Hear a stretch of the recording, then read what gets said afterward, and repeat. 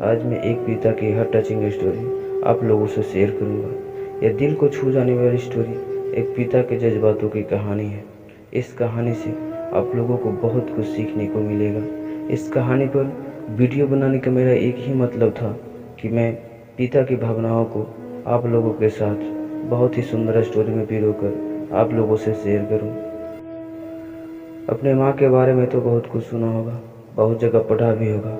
माँ के लिए अच्छी अच्छी हिंदी कहानियाँ लिखी गई है, लेकिन पिता के बारे में बहुत कम ही लिखा गया है। तो दोस्तों, यह हर टचिंग स्टोरी उन फादर को समर्पित है जो अपने परिवार के लिए जी जान से काम करते हैं, खुद की इच्छाओं को मारकर अपने बच्चे के सपनों को पूरा करते हैं। यह स्टोरी शुरू होती है जब मैं घर से गुस्से में बड़बड़ाते हुए निकल आया था और बस स्टैंड की तरफ आगे बढ़ने लगा। मैं मन ही मन बड़बड़ा रहा था, पता नहीं कितने पैसे छुपा के रखे हैं, लेकिन मेरे लिए एक बाइक नहीं ले सकते।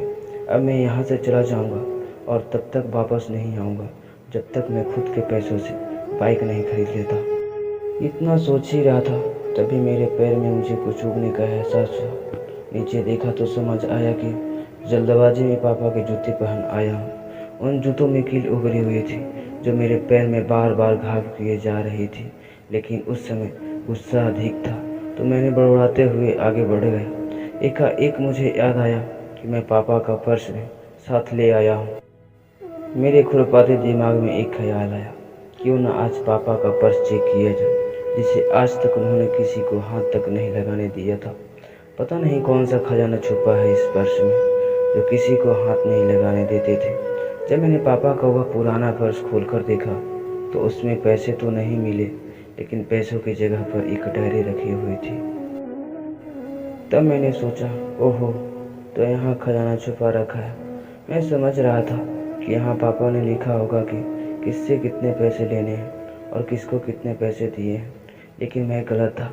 जब मैंने उस छोटी सी डायरी का पहला पेज खोल कर देखा तो वहाँ पर जो लिखा था वह थोड़ा सीरियस कर देने वाला था। डायरी में जो लिखा था उसे पढ़ने के बाद मेरे चेहरे पर जो एक्सप्रेशन थे वो गायब हो चुके थे, क्योंकि डायरी में वैसा कुछ नहीं था जैसा मैं सोच रहा था। वहाँ पर उन पैसों का हिसाब लिखा हुआ था जो अलग अलग कामों के लिए अलग अलग लोगों से उधार लिए गए थे। उस लिस्ट में कंप्यूटर के नाम पर भी पैसे लिए गए थे। कुछ यूँ लिखा था, 50,000 बेटे के कंप्यूटर के लिए। यह वही कंप्यूटर था जिसे मैं आज तक यूज कर रहा हूँ, लेकिन मुझे यह पता नहीं था कि उस कंप्यूटर को खरीदने के लिए पैसे कहाँ से आए थे, लेकिन आज पता चल रहा था। मुझे आज भी याद है जब मैंने पहली बार कैमरे के लिए जीत की थी, जो मेरे पापा ने मुझे 2 हफ्ते बाद मेरे बर्थडे पर ला कर दिया था, जिसे देखकर मैं बहुत खुश हुआ था। और मुझे खुश देखकर मुझसे कहीं ज़्यादा अगर कोई खुश था तो वह थे पापा।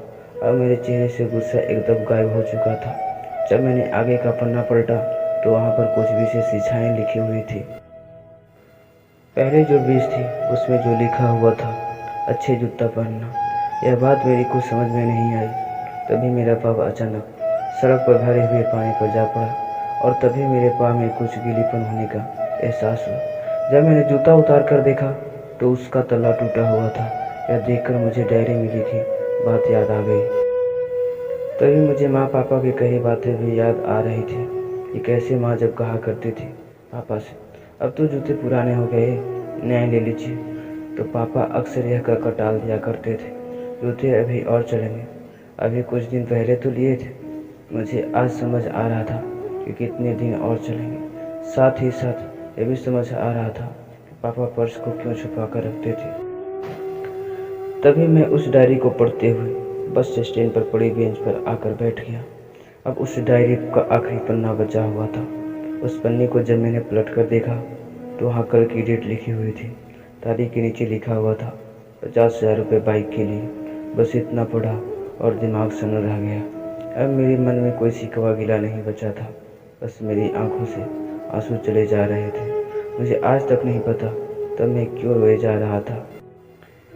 अब मैं जल्दी से घर की तरफ भागा, लेकिन जूतों की वह की पाँव में अब तक घाव बनाने में कामयाब हो चुकी थी। मैं जूतों को रास्ते में निकाल कर फेंक दिया और भागते लड़खड़ाते हुए घर जा पहुंचा, लेकिन पापा घर पे नहीं थे। मैं समझ गया वह कहाँ थे। मैं सीधा पास वाली बाइक एजेंसी की तरफ भागा पता नहीं आज कहाँ से इतनी ताकत आ गई थी कि मैं भागते हुए थक नहीं रहा था, और वह भी बिना जूतों के, नंगे पैर। जैसे तैसे मैं बाइक एजेंसी पर पहुंचा। पापा वहीं थे। मैंने पापा को दौड़कर गले लगा लिया और मेरी आंखों से आंसू रुकने का नाम ही नहीं ले रहे थे। पापा को समझ नहीं पा रहे थे आखिर हो क्या रहा है, मैं क्यों रो रहा हूँ। मैं पापा से कहा, पापा मुझे मोटरसाइकिल नहीं चाहिए, आप अपने लिए जूते ले लीजिए। अब आज से मैं जो भी करूँगा अपनी मेहनत से अपने बलबूते पर पढ़कर करूँगा। दोस्तों, बस इतनी सी थी एक कहानी। यह टचिंग स्टोरी वीडियो बनाते हुए आज मेरी भी आंखें नम हुई है। मैं आज आपसे कहना चाहूँगा, ठीक ऐसे ही होते हैं हमारे पिता। हम अक्सर देखते हैं कि हम अपनी माँ से हर बात शेयर करते हैं और माँ भी इसके बदले में हमें बहुत प्यार देती है। लेकिन एक शख्स ऐसा भी होता है जो हमें छुप कर प्यार करता है, वह होते हैं हमारे पिता। यह परिवार में एकमात्र ऐसा व्यक्ति होता है जो अपने बच्चे से उन्हें बिना जताए छिप कर प्यार करता है, खुद की इच्छाओं को मारकर बच्चे के लिए सपने देखता है और उनकी खुशी में ही खुश हो जाता है। मुझे नहीं पता कि आप अपने पेरेंट्स की इज्जत करते हो या नहीं, लेकिन अगर आपके पास पेरेंट्स हैं तो आप बहुत खुशनसीब हो, क्योंकि इस दुनिया में बहुत से लोगों को तो पेरेंट्स का प्यार भी नहीं नसीब होता। अंत में मैं यही कहना चाहूँगा कि माँ बाप की भावनाओं को सम्मान करें। मेरा इस पोस्ट पर वीडियो बनाने का एक ही मकसद था, मैं आपको बाप के फीलिंग से रूबरू कराऊँ, क्योंकि माँ के बारे में लेखकों ने बहुत कुछ लिखा है, लेकिन बाप के ऊपर कोई नहीं लिखता। इस कहानी को बनाने के लिए मुझे अच्छी मेहनत करनी पड़ी है। अगर आपको ज़रा भी यह टचिंग स्टोरी पसंद आई हो तो नीचे कमेंट कर वीडियो को लाइक कर दें, और यदि चैनल पर नए हो तो चैनल को सब्सक्राइब कर बेल घंटी को ऑन कर दें। धन्यवाद।